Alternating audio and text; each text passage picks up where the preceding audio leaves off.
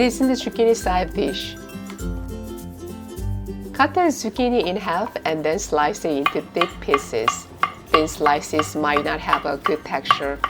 Put the zucchini in a microwave-safe container, cover with a lid or a plastic wrap, and microwave for about 3 minutes.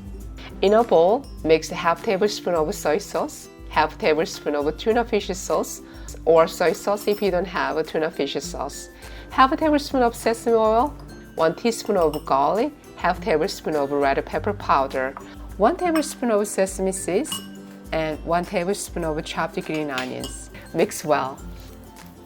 After 3 minutes, drain the water from the zucchini and mix it with the seasoning. If it tastes bland, add a bit tuna fish sauce or a pinch of salt. Very flavorful seasoned zucchini side dish is done. Thanks for watching. I will see you next time. 감사합니다. 안녕히 계세요. Bye bye.